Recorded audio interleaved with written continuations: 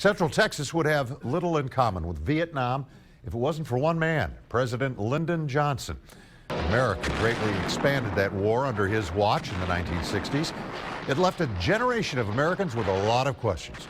This week, the LBJ Presidential Library will hold the Vietnam War Summit at UT to try and answer them.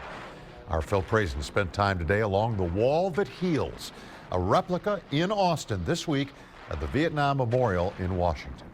They're not only names on a wall, but memories in Don Dorsey's book. He was in Vietnam less than a year. He's spent decades thinking about these pictures.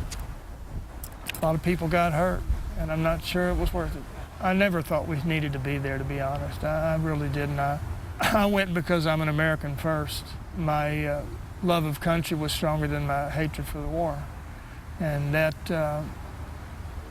I wouldn't want to be an old man feeling like a coward. He makes sure to check in on his fellow soldiers across the country.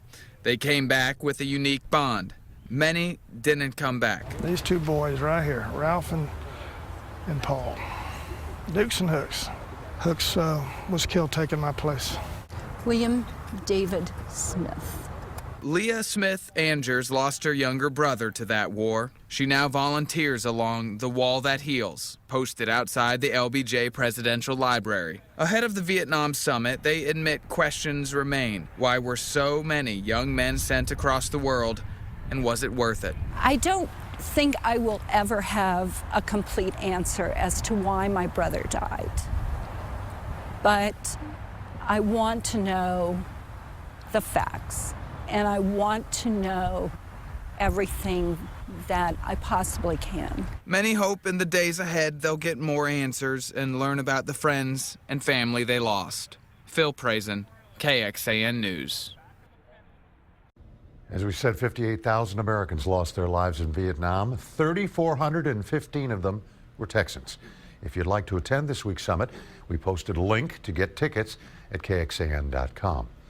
The speakers at this week's summit will try to provide some answers about the war. Current Secretary of State John Kerry is a Vietnam vet. He served 4 months in charge of a swift boat in 1969. Upon returning to this country, he became an outspoken critic of the war. Henry Kissinger worked as Secretary of State and National Security Advisor for President Nixon. He helped negotiate the end of the war. And acclaimed documentary filmmaker Ken Burns will also speak. He's been nominated for 2 Academy Awards and has won several Emmys. And next year, he's releasing a 10-part documentary on the Vietnam War.